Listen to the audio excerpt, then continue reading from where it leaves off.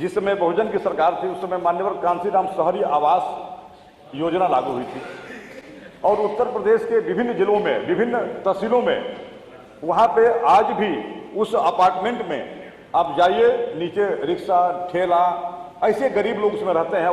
आपने महामहिम राज्यपाल महोदय के अभिभाषण के संशोधन प्रस्ताव पे मुझे बोलने का अवसर दिया, मैं आपका आभारी हूँ। माननीय अध्यक्ष जी, मैं महामहिम द्वारा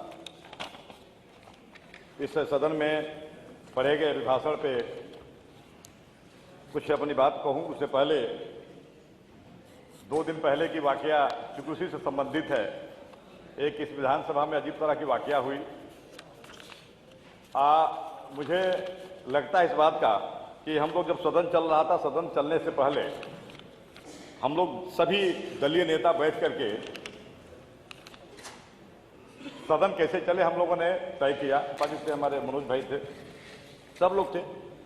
सब लोगों ने कहा कि 22 जनवरी को, क्योंकि इसलिए कि सदन में ये पहली बार ऐसी स्थिति आई जब से हम भी विधायक हैं, जिस तरह से काउंटिंग हाथ करा करके आपने किया था, उसी पे मैं आ रहा हूँ कि तो सब लोगों ने कहा था कि नहीं, उत्तर प्रदेश में 22 जनवरी को जो अयोध्या में कार्यक्रम हुआ सराहनीय रहा, सफल रहा। तो सब लोगों की भाई चिंता है, हम विभिन्न दलों में जरूर हैं, हमारे दल जरूर अलग अलग हैं, विभिन्न जाति धर्म मजहब के जरूर लोग हैं, लेकिन अगर सबको पता है कि नहीं राम का जन्म अगर अयोध्या में हुआ है और उनके लिए अगर उनको स्थापित कर करके और सफल आयोजन किया गया जिसकी पूरी विश्व सराहना किया, हम उस दलीय बैठकों में सभी लोगों ने सराहना किया।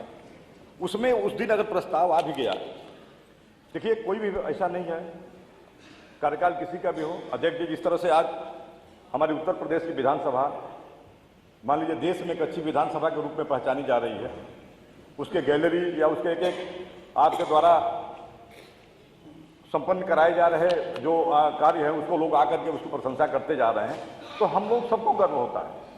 भाई ये जरूर है कि हम भी उत्तर प्रदेश के हैं, इसी विधानसभा के हैं, तो निश्चित रूप से हमारे उत्तर प्रदेश में अगर कोई इस तरह का काम हो रहा है, सबसे पहले हम उत्तर प्रदेश वासी हैं, हम सबको। अब उस दिन ऐसा प्रस्ताव आया तो कुछ ऐसा उसमें था भी नहीं, लेकिन अब चूंकि बड़ा मैसेज बाहर गलत गया और उसका नतीजा क्या हुआ, जब उसी में से दूसरे दिन टिक्का टिप्पणी होने लगी कि नहीं हमारे हाथ को गलत गिन लिया गया। मेरे समझ से हम सबको नहीं होना चाहिए। जैसे मान लीजिए आदरणीय नेता प्रतिपक्ष भी बैठे हुए हैं, भाई जैसे हमारे एकाना स्टेडियम है, वो जरूरी है। एकाना स्टेडियम ठीक है, हमारी सरकार के समय लैंड एक्वायर हुआ, 2 बार टेंडर हुआ, वह स्टेडियम टेंडर फाइनल नहीं हो पाया, तब तक आपकी सरकार आ गई, आपने स्टेडियम बनवाया। हमारे उत्तर प्रदेश में स्टेडियम है, कोई बनवाए, हम अगर इस बात की गिनती करेंगे तो इसके लिए नहीं होगा। अब इसके लिए ये नहीं कि हम इस दल में हैं तो हम कैसे हाथ उठाएं, मतलब कि अच्छा काम हुआ, ये नहीं होना चाहिए। हमको इसमें जरूर, इसमें मुझे लगता है कि इसमें आगे से मुझे लगता है कि नेता प्रतिपक्ष महोदय हैं वो अपने सम्मानित विधायकों से कहेंगे कि भाई ऐसा आप लोगों ने क्यों किया। तो उसी में जैसे एक आदमी के विधायक आके सवेरे कहने लगे नहीं अध्यक्ष जी मेरा नाम गलत छप गया, मैंने तो समर्थन में उठाया था। कितना मैंने पार्टी के लिए कितना अजीब सी स्थिति उत्पन्न हो गई होगी। तो मेरे समझ से ये ऐसा नहीं होना चाहिए, ये सब चीजें इससे हटके हैं। माननीय अध्यक्ष जी,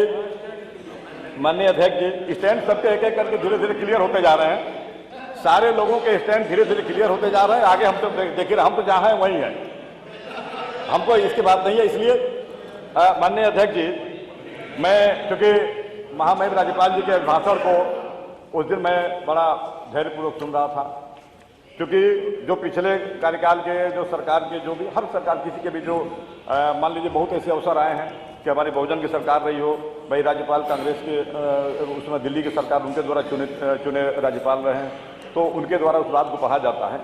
मुझे 2-4 चीज़ों पे आपका ध्यान मैं दिलाना चाहूँगा। माननीय नेता सदन जी भी बैठे हैं, माननीय मुख्यमंत्री जी, जैसे अभी एक आवास के लिए सवेरे प्रश्न उठा था, मैंने अनुमति मांगा लेकिन समय के अभाव में नहीं मिल पाया। जैसे महामहिम राज्यपाल जी ने जब अभिभाषण पढ़ा, एक चीज़ बड़ा अच्छा हो जाता, इसमें कोई जाति धर्म मजहब के लोग नहीं है, सभी लोग हैं। लेकिन दुख इस बात का है कि उस समय जो आवास कंप्लीट नहीं हो पाया, जिसमें 90% काम हो गए, किसी में 5% काम बाकी है, किसी में 10, इससे अधिक नहीं बाकी है। लेकिन आज 12 से लेकर के 24 तक वो हमारे शहरी आवास कंप्लीट नहीं हुए। एक बार आपने इसी पीठ से निर्देश दिया था माननीय नगर विकास मंत्री जी को कि अगर वह किसी पार्टी का पैसा नहीं है, वो सरकार के खजाने का पैसा लगा हुआ है। और आपने नगर विकास मंत्री जी को निर्देश दिया कि अगर ऐसे उत्तर प्रदेश में अगर इस तरह के बन करके तैयार है और आवंटित नहीं हो पा रहे हैं थोड़े से काम के लिए, तो मुझे लगता है कि महामहिम राज्यपाल जी अगर उस भाषण में जोड़ देती कि नहीं देखिए उत्तर प्रदेश में जितने इस तरह से अभी अधूरे पड़े थे ये हमारी सरकार ने जोड़ दिया, मुझे बड़ा अच्छा लगता। माननीय अध्यक्ष जी, एक बड़ी उम्मीद थी, जैसे हर डिस्ट्रिक्ट में मेडिकल कॉलेज की बात हो रही है, हर डिस्ट्रिक्ट में मेडिकल कॉलेज, मैंने बजट पे बात में रखूंगा, बलिया जनपद आज भी उस मेडिकल कॉलेज से वंचित है। उसमें जगह की परेशानी आ रही है कि शहर में जगह नहीं मिल रही है। तो अगर शहर हमारा मान लीजिए अगर जगह नहीं मिल रही है तो मैं माननीय मुख्यमंत्री से आग्रह करूंगा कि उसको भी कोई कैबिनेट से शिथिल करके कहीं भी अगल बगल मैंने सरकार के पास अगल बहुत ज़मीनें हैं ऐसी जहाँ पे उस ज़मीनों को सरकार चाहे तो चिन्हित करके तो मैं तो माननीय मुख्यमंत्री जी, क्योंकि वो होगा, मैंने रसना के लिए कहा था, लेकिन रसना चूंकि उत्तर प्रदेश नहीं भारत के हिस्से से नक्शे से बाहर है। जब भी कोई रसना की बात आती है तो बलिया वाले लोग ऐसे कूदते हैं जैसे लगता है कि रसना नक्शे में ही नहीं है। और मैंने तो यहाँ तक कह दिया था इसी हाउस में कि अगर जमीन की कमी है तो रसना में स्टेट हाईवे पे मेरी 30 बीघा जमीन है, मैं सरकार को फ्री में देने को तैयार हूँ, सरकार मेडिकल कॉलेज बना दे। मैंने तो यहाँ तक कहा था। लेकिन हमारे बलिया के लोग, अब बलिया के नेता भी लोगों के पास भी, मैं नाम नहीं लेता क्योंकि टिप्पणी, बलिया के नेता लोगों के पास उसी बलिया शहर में इतनी जमीन है उन लोगों के पास नहीं जी कि उसमें मेडिकल कॉलेज नहीं, कितने क्या क्या बन सकते हैं, लेकिन वो लोग नहीं देंगे। अब कहिएगा तो दस्तावेज लिया के भी दे दूंगा। अब बलिया शहर में है, 9 किलोमीटर की परिधि में है। चलिए वो सब समझ गया, आप आगे बढ़िए। 9 किलोमीटर की परिधि में है। माननीय अध्यक्ष जी, चलिए धन्यवाद, थैंक यू। माननीय अध्यक्ष जी, धन्यवाद। माननीय अध्यक्ष जी, बहुत कुछ नहीं। माननीय अध्यक्ष जी, हमारे आग्रह है, हमारी चीनी मिल बलिया में उद्योग के नाम पे 2 ही उद्योग था, एक कटाई मिल थी और एक चीनी मिल। कटाई मिल कब से बंद पड़ी है। चीनी मिल जब ये हमारे नेता प्रतिपक्ष महोदय उधर थे तो मैंने आग्रह करता रहा, तो ये कहे कि नहीं, इन्होंने कहा कि वो क्योंकि प्राइवेट मतलब ट्रिपल पे बनेगी, तो ये कहे कि नहीं आप ही बनवा लो। और बताइए हम मांग कर रहे थे, इन्होंने कहा आप ही बनवा लो। इधर भी जब बात करते हैं तो हमारे कई उस दिन मंत्री जी कहे कि नहीं भाई, तो नहीं, कहने का मतलब यह है ना कि कोई हम हर 1 डिस्ट्रिक्ट 1 प्रोडक्ट की बात करते हैं, ये सबसे जुड़ा हुआ है। अब हमारे यहाँ बलिया के लोग अपने गन्ना लेकर के आजमगढ़ जाते हैं घोसी में, तो इसलिए मैं माननीय अध्यक्ष जी मैं आग्रह करूंगा, ये हमारा सौभाग्य है कि हम लोग नेता जो ये दलीय नेता हैं, आज ऐसे समय पे आपने अवसर दिया, हम सब सदा आपके आभारी रहेंगे, जिस समय आदरणीय नेता सदन और नेता प्रतिपक्ष महोदय, हम लोग चाहते हैं कि भाई हमारे जो नेता है प्रतिपक्ष के हमेशा रहे ताकि हम लोग अपनी बात रखें। लेकिन अब हमारे नेताजी, हाँ भाई हमारे देखिए हमारा नेतृत्व हमारे लीडर अपोजिशन करते हैं, तो हम लोग चाहते हैं कि वे इनके नेतृत्व में रहें। लेकिन अब क्योंकि अब नेताजी हमारे नेता प्रतिपक्ष अपनी बात कहते हैं फिर चल देते हैं लेकर के, तो हम लोग अकेले हो जाते हैं। कभी रहेंगे तो हम लोग को बल मिलेगा। धन्यवाद। इसलिए मैं आदरणीय अध्यक्ष जी,